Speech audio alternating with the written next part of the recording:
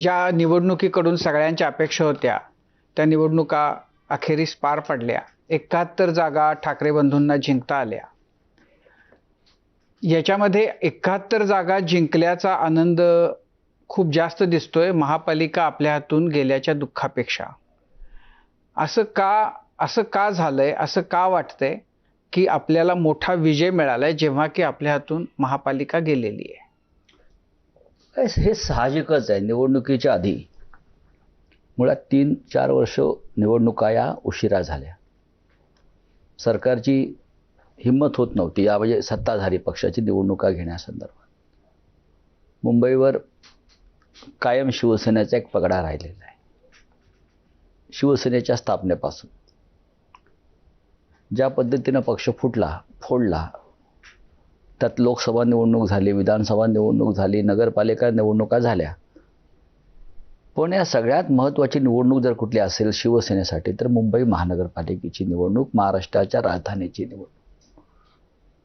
या निवडणुकीच्या आधी आमचे किमान 40 ते 45 नगरसेवक फोडले, निवडून आलेले. म्हणजे ते ठीक आहे, ते माजी नगरसेवक त्यावेळेला झाले होते.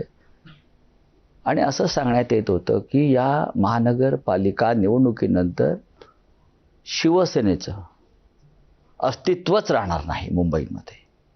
शिवसेना तुम्हाला दिसणार नाही या मुंबईत. ठाकरे वगैरे काही नाही, ठाकरे ब्रँड वगैरे सगळं वाहून जाईल, इतकी मोठी सुनामी इथे येणार आहे वगैरे. या सगळ्या लाटांना तडाखे देत जेव्हा उद्धव ठाकरे आणि राज ठाकरे यांचे एकत्रित 71 नगरसेवक निवडून येतात, हा जो आनंद आहे हा संघर्षातून मिळालेला आनंद आहे. आणि दुसरं असं, मुंबईतले आमचे सर्व बालेकिल्ले शाबूत राहिलेले आहेत. जे आम्ही शिवसेनेचे बालेकिल्ले म्हणतो, ठीक आमच्या 10-15 जागा कमी झाल्या, त्या मिळाल्या असत्या, पण 10-15 मधल्या किमान 5 ते 6 जागा निवडणूक यंत्रणेच्या माध्यमातून चोरल्या, धापल्या म्हणतो आपण त्याला. कमी फरकाने गेलेल्या जागा आहेत या अशा. एक मुरुंडला आमची जागा आहे सत्यवान दळवीची, एक वैशाली पाटणकरांची जागा आहे, या 2 तर माझ्या समोरच्या अजून काही जागा आहेत. तर अशा प्रकारे त्यांनी हा विजय मिळवला समोरच्याने. पण आमच्या 71 जागा त्यांना पुरून उरतील. दुसरं असं आहे की महानगरपालिकेच्या सभागृहामध्ये ही जी आघाडी युती आहे यांची महायुती, त्यांच्या 108-110 अशा जागा काहीतरी आहेत आणि विरोधी पक्ष मिळून 104 आहेत. अत्यंत काठावर आहेत ते. त्या सभागृह 118 आहेत ना त्यांच्या, ते सांगतात 118 बरं का, 114 पर्यंत त्यांचं गणित काहीतरी असेल. सभागृहामध्ये विरोधी वाकावर 100च्या वर नगरसेवक असणं हे सत्ताधाऱ्यांना आव्हान आहे.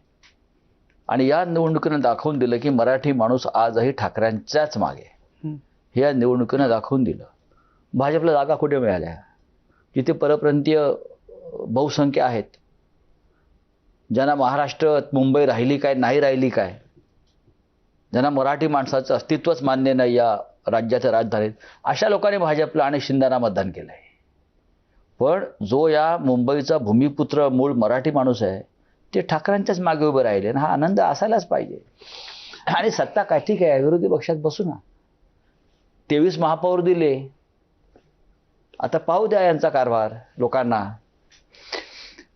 काल एकदा बोलताना तुम्ही असं म्हणालात की शिवसेनेबरोबर म्हणजे शिंदेच्या बरोबर आम्ही कोणत्याही परिस्थितीत जाणार नाही. त्याचा दुसरा अर्थ असा होतो की गरज पडली तर आम्ही बीजेपी बरोबर सुद्धा जाऊ शकतो. काही हरकत नाही मला तसं. हे काय, हा निर्णय शेवटी पक्षप्रमुख घेतील, पक्ष घेईल. पण कोणत्याही परिस्थितीत शिंद्यांबरोबर जायचं नाही ही पक्षाची ठाम भूमिका, कधीच जायचं नाही. नाही, मला ना ही जी भूमिका आहे की आम्ही गरज पडली तर भाजप बरोबर पण जाऊ, नाही असं नाही म्हटलंय मी. आम्ही गेलोय का? नाही, गेला नाहीये. पण हे मला ना की 2014च्या निवडणुकीच्या वेळेला शरद पवारांनी ते जे केलं होतं की शिवसेनेला अडचण करण्यासाठी त्यांनी जाहीर करून टाकलं की आम्ही पाठिंबा द्यायला तयार आहोत एनसीपी. आणि त्याच्यानंतर शिवसेनेची मोठी राजकीय अडचण झाली आणि मग ते घाईघाईमध्ये ती युती झाली, आणखीन सत्तेमध्ये भाजपबरोबर शिवसेना बसली त्यावेळेला, तर ती जी खेळी होती तीच आता वेगळ्या प्रकारे तुम्ही नाही, करू तसं पाहताय की यांना डिस्टर्ब करायचं असेल एकनाथ शिंदेंना आणि त्यांच्या शिवसेनेला, तर त्यामुळे तुम्ही आपलं असं सांगितलं की त्यांची जी बार्गेनिंग, त्यांची जी की अडवून धरायची जी क्षमता आहे तीच संपून टाकायची.